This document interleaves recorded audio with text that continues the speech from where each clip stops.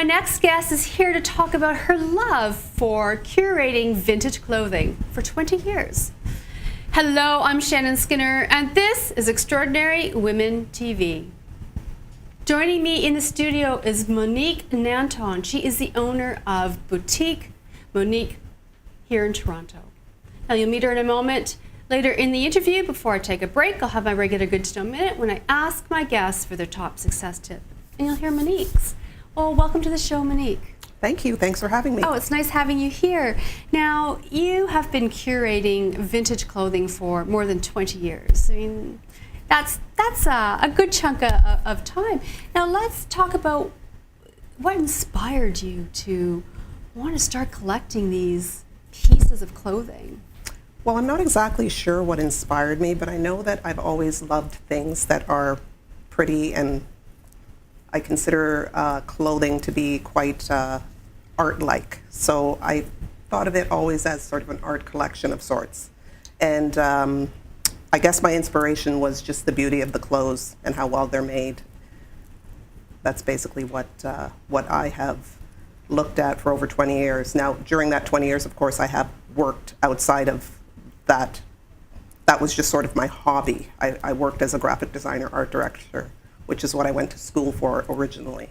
And on the side, my hobby was to collect different pieces of clothing. Whether it fit me or not, I collected it.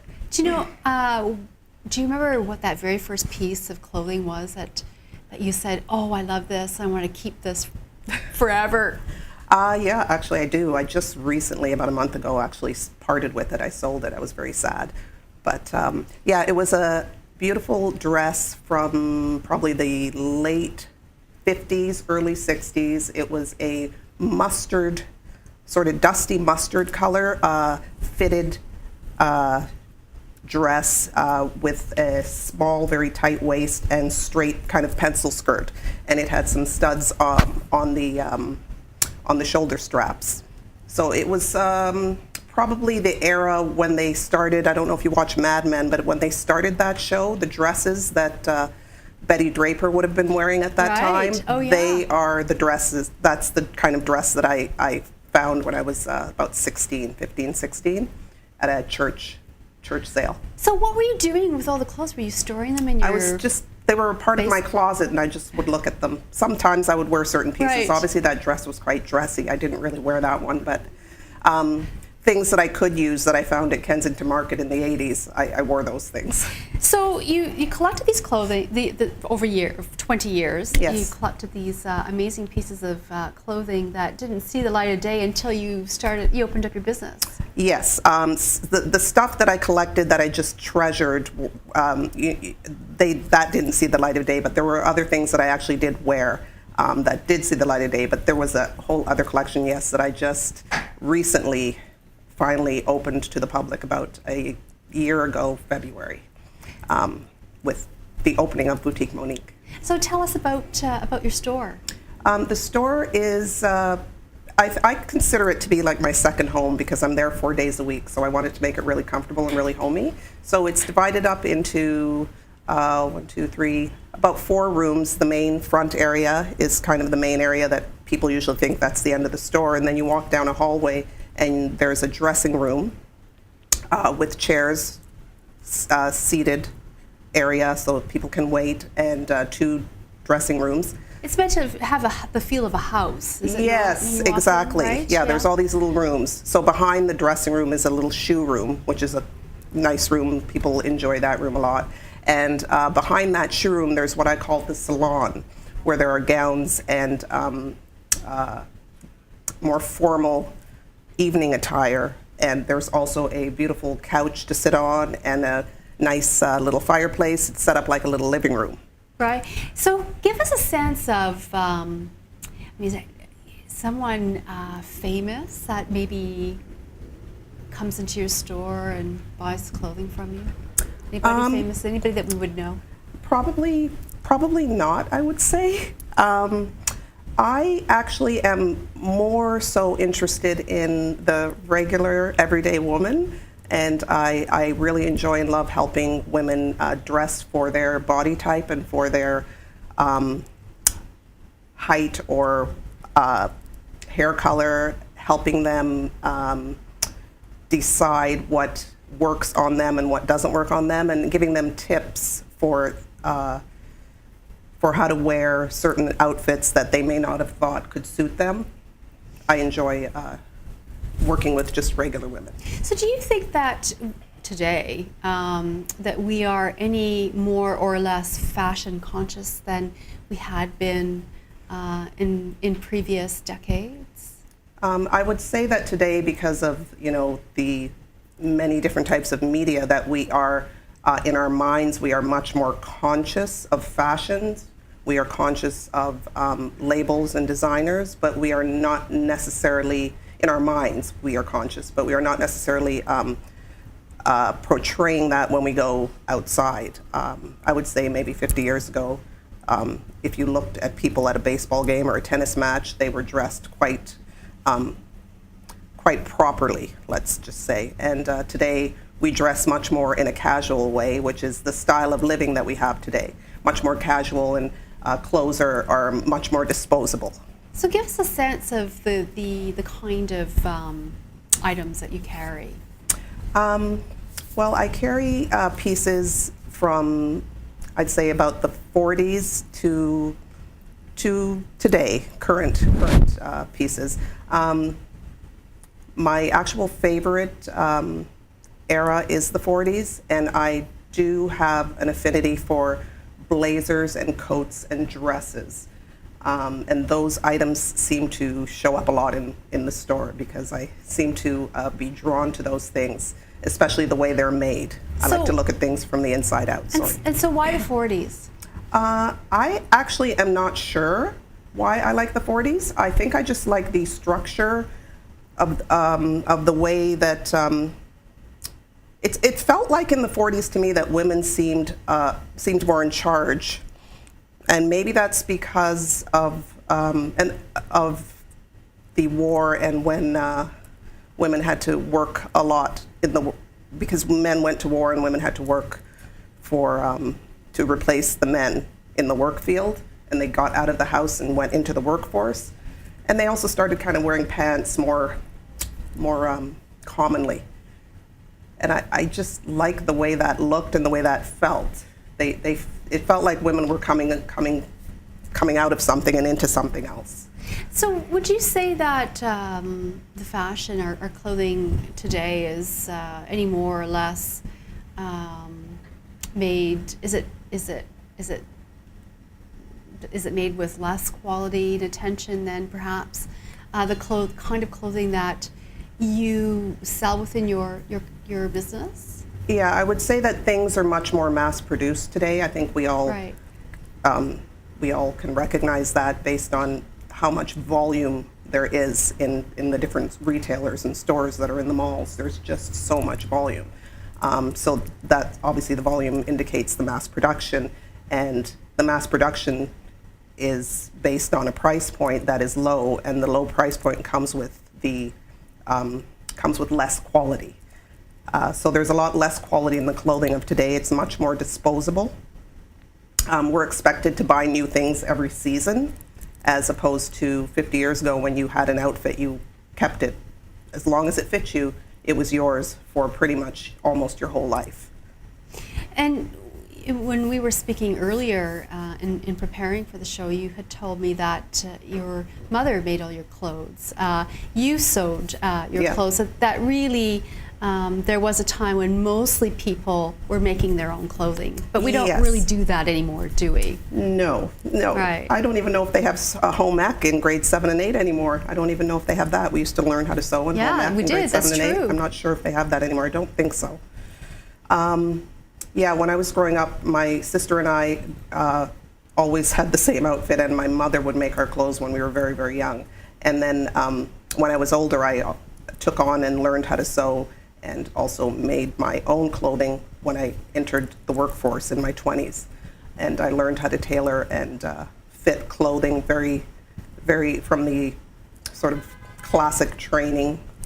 And I really enjoyed it, and it made me aware of quality. So when I looked at something in a store, I would look at it from the inside out and see if it was made correctly, because I knew how to do it, because I had that experience. So what do you think it is about vintage clothing that attracts so many women to it? I mean, there are many people who love that great vintage find. I mean, what is it? I would say that it is, it has been more common in the last few years because of the onset of all these shows like Mad Men, Bomb Girls, sort of period pieces, The Great Gatsby coming out soon. People are much more aware of these things because they are in the media, and also people seem to have an affinity for when they see something of an era. They have sort of a nostalgia, sort of, it's emotional.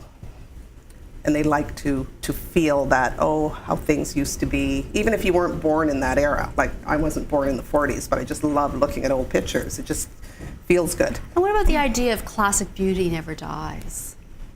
Well, that idea is true. It never dies. Yeah. Classic anything never dies. A classic is a classic and always will be. That's why we love Audrey Hepburn so much, isn't it? So beautiful. And you see a she's picture so of her beautiful. Today. Yeah. It could have been taken yesterday. right. Yeah, it could have been taken yesterday. She's just the classic beauty, even in the way she dresses. People still aspire to look like that, absolutely. Now, Monique, we're just going to take a break, and it's my Good to Know Minute, and I know you've got a great success tip. My success tip would be to surround yourself with other women that you aspire to be like and that are inspirational to you. The energy and inspiration from those women will help you and further you in the direction that you wish to go. And that's good to know. Thanks for that. Well, we'll take a quick break, and when we come back, more on Extraordinary Women TV. So stay where you are.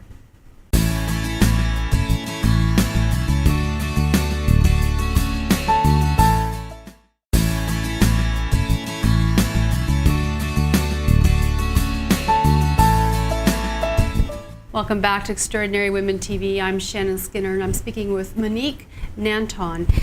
She is the owner of Boutique Monique, based here in Toronto.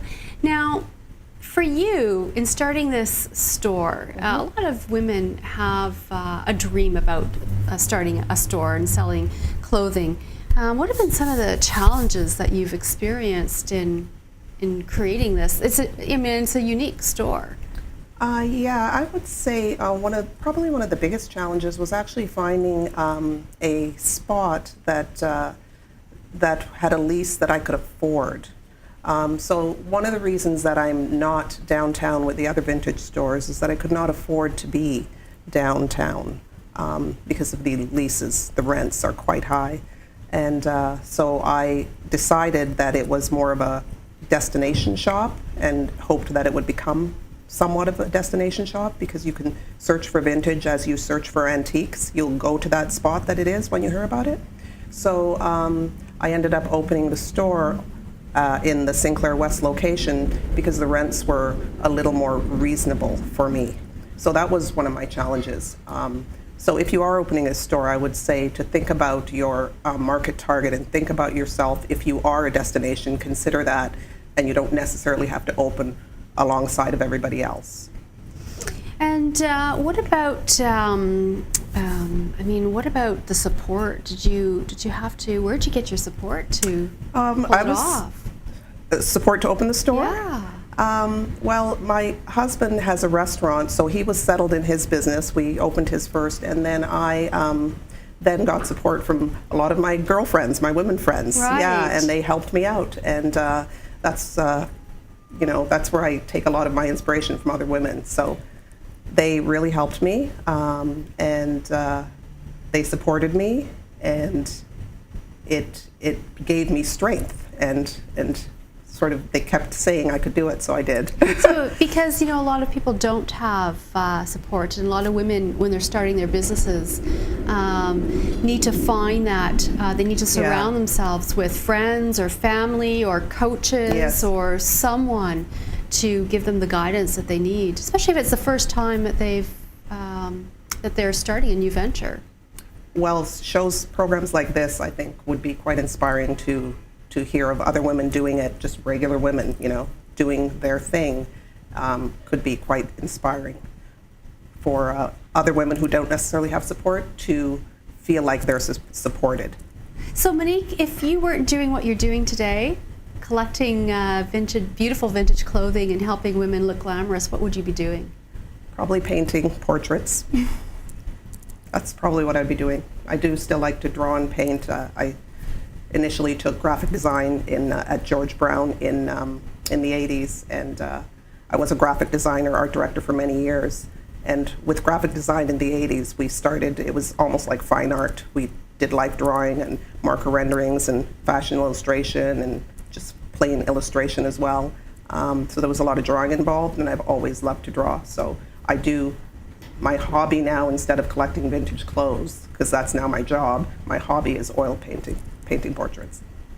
Well, Monique, I have really enjoyed this time with you and hearing about your business and about vintage clothing.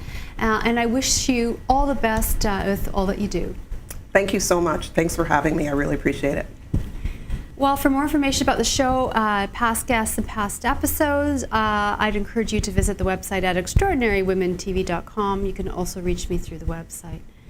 Well, if you are interested in transforming your life, I hope these stories have inspired you. You've been watching Extraordinary Women TV. I'm Shannon Skinner. See you soon.